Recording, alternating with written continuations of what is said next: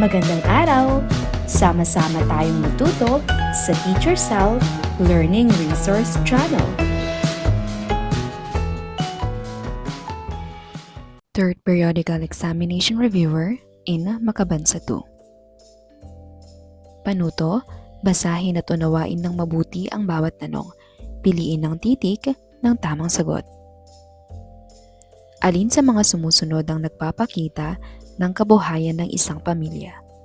Pagpunta sa parke, paraan ng kanilang pagkita ng pera, uri ng libangan, lugar na pinupuntahan.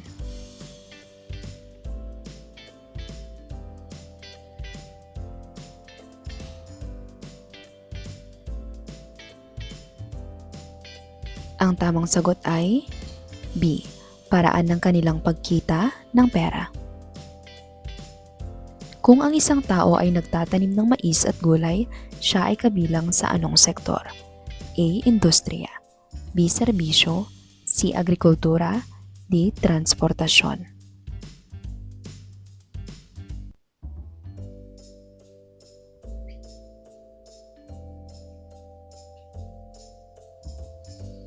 Mahusay, ang tamang sagot ay C. Agrikultura.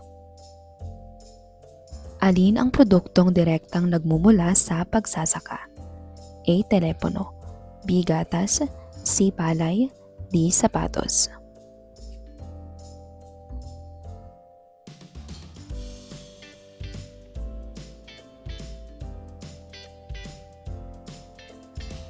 Ang sagot ay C. Palay.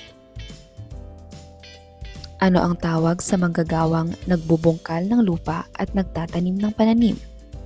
A. Minero, B. Magsasaka, C. Mangingisda, D. Karinderya owner.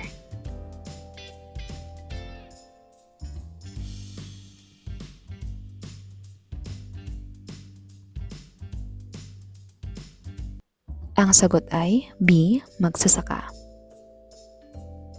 Ano ang pangunahing layunin ng sektor ng industriya? A. Magtanim ng pagkain, B. Magbigay ng serbisyo, C. Gumawa ng mga produkto, D. Maghatid ng pasahero.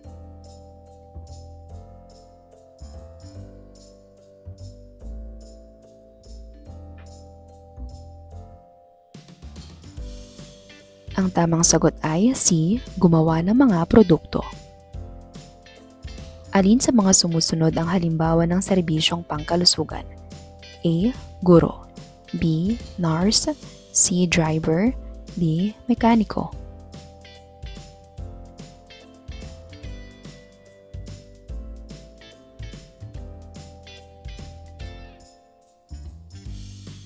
Ang tamang sagot ay B. Nurse. Ano ang pangunahing tungkulin ng isang bombero sa komunidad? A. Magbantay sa kalsada, B. Magturo sa paaralan, C. Mag-apula ng sunog, D. Magbenta ng gamit.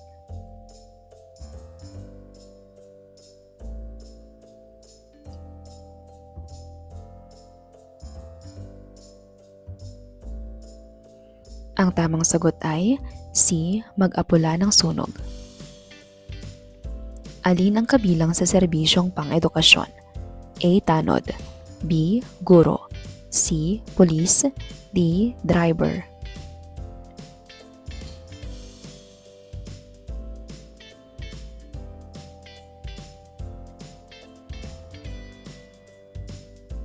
Ang tamang sagot ay B. Guro. Ano ang tawag sa paglalaan ng pera upang magamit sa hinaharap? A. Pagbili, B. Pag-iimpok, C. Pag-aaksaya, D. Pagbibigay.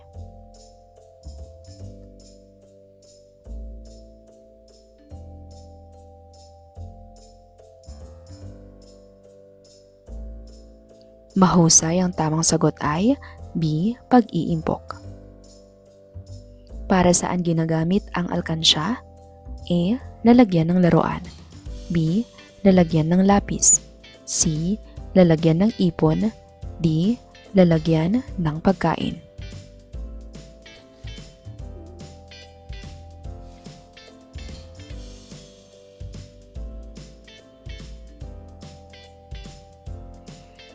Ang tamang sagot ay C. Lalagyan ng ipon.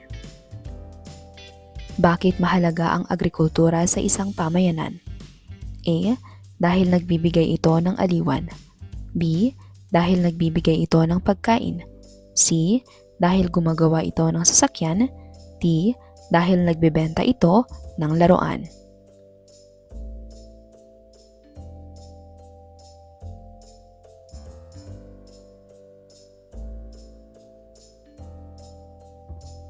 Ang tamang sagot ay B. Dahil nagbibigay ito ng pagkain. Alin ang halimbawa ng gawain sa sektor ng industriya? A. Pagtatanim ng palay.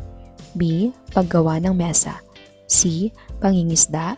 D. Pag-aalaga ng manok.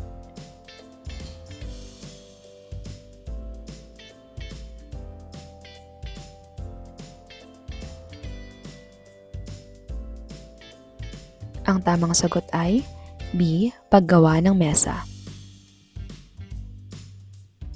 Ano ang tamang paraan upang makatipid ng pera? A. Bumili araw-araw. B. Mag-impok kahit kaunti. C. Gastusin agad ang baon. D. Ibigay lahat sa kaibigan.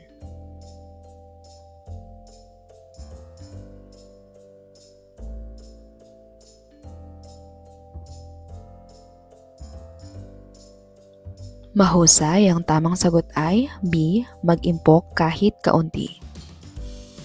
Kung may sakit ang isang miyembro ng pamilya, kanino dapat humingi ng tulong? A. Guro. B. Doktor o nurse.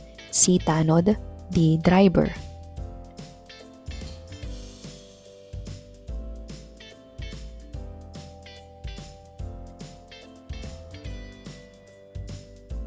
Mahusay, ang tamang sagot ay B. Doktor o nurse. Alin sa mga sumusunod ang kabilang sa serbisyong pangseguridad? A. Bombero. B. Tindera. C. Mananahi. D. Guro.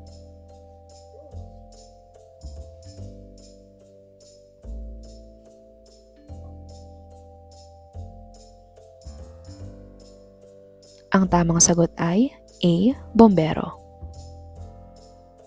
Bakit mahalaga ang sektor ng industriya sa bansa? A. Dahil wala itong silbi. B. Dahil nagbibigay ito ng trabaho at produkto. C. Dahil sinisira nito ang kalikasan. D. Dahil libangan ito.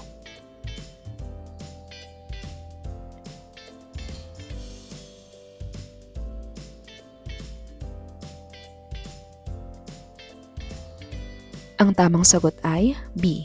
Dahil nagbibigay ito ng trabaho at produkto. Ano ang pinakamainam na gawin sa perang naipon? A. Itabi at gamitin sa mahalagang pangangailangan. B. Gastusin sa candy. C. Iwan sa mesa. D. Ipamigay agad.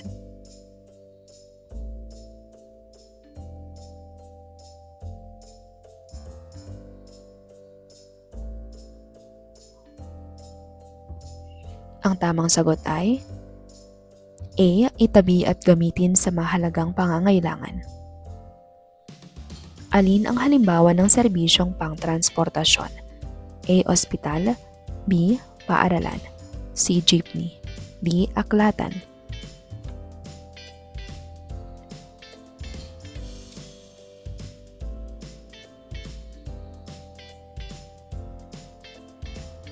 Mahusay, ang tamang sagot ay C. Jeepney. Bakit mahalaga ang mga serbisyo sa komunidad? A. Para magulo ang lugar. B. Para matulungan ang mamamayan. C. Para gumastos ng pera. D. Para umiwas sa tungkulin.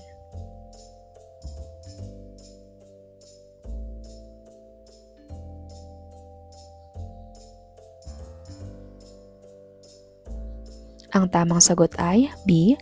Para matulungan ang mamamayan. Paano magiging responsableng mamamayan ang isang tao? A. Sa pag-aksaya ng pera. B. Sa wastong paggamit ng kabuhayan at serbisyo. C. Sa pag-asa sa iba. D. Sa pag-iwas sa tungkulin.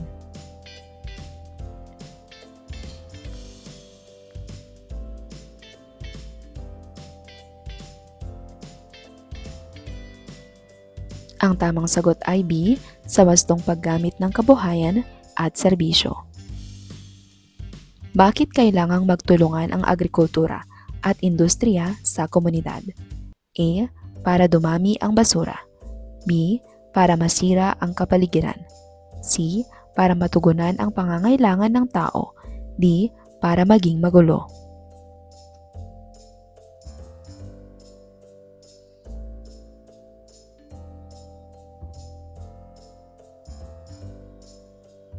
Ang tamang sagot ay C. Para matugunan ang pangangailangan ng tao. Ano ang maaaring mangyari kung walang sektor ng agrikultura? A. Dadami ang pagkain. B. Magkukulang ang supply ng pagkain. C. Bibilis ang transportasyon. D. Walang epekto.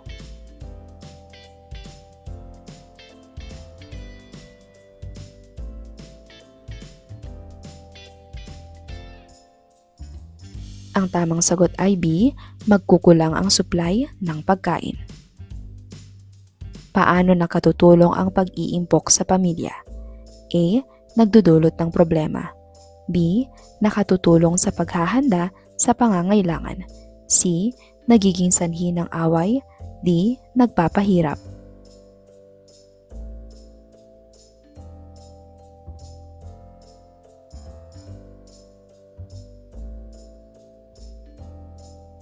Ang tamang sagot ay B.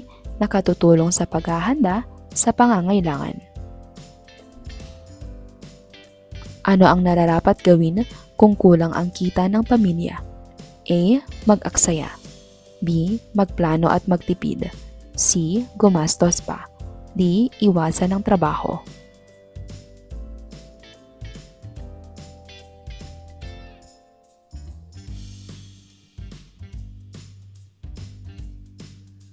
Ang tamang sagot ay B. Magplano at magtipid. Alin ang halimbawa ng responsableng paggamit ng serbisyo? A. Pagtapon ng basura kahit saan. B. Pagsunod sa patakaran sa ospital. C. Paninigaw sa guro. D. Pagsingit sa pila.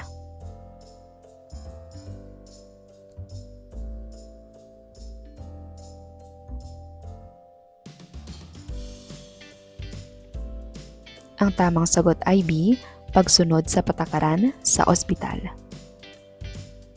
Bakit mahalagang igalang ang mga manggagawa sa iba't ibang sektor? A. Dahil sikat sila. B. Dahil mahalaga ang kanilang ginagampanan. C. Dahil may parusa. D. Dahil mas matanda sila.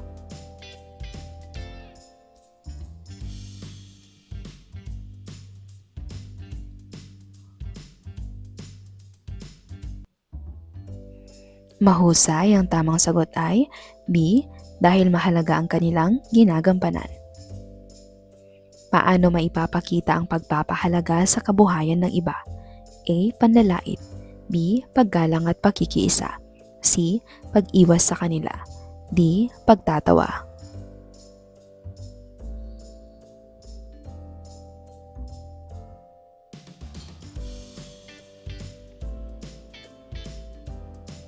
Tama, ang sagot ay B.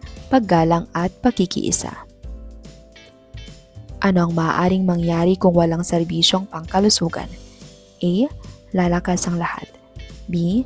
Mahihirapan ang mga may sakit. C. Dadami ang guro. D. Bibilis ang biyahe.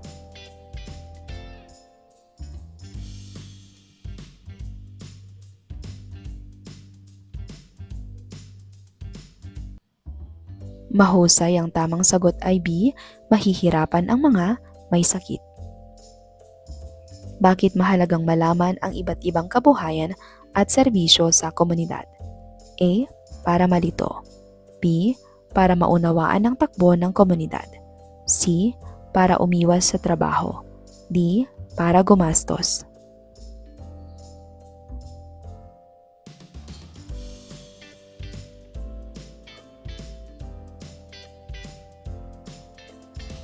Mahusay, ang tamang sagot ay B.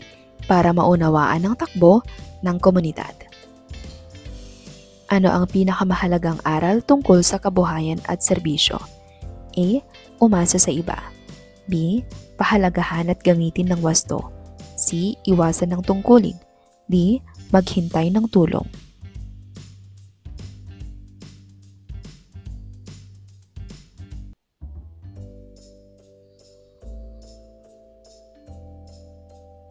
Ang tamang sagot ay B. Pahalagahan at gamitin ng wasto.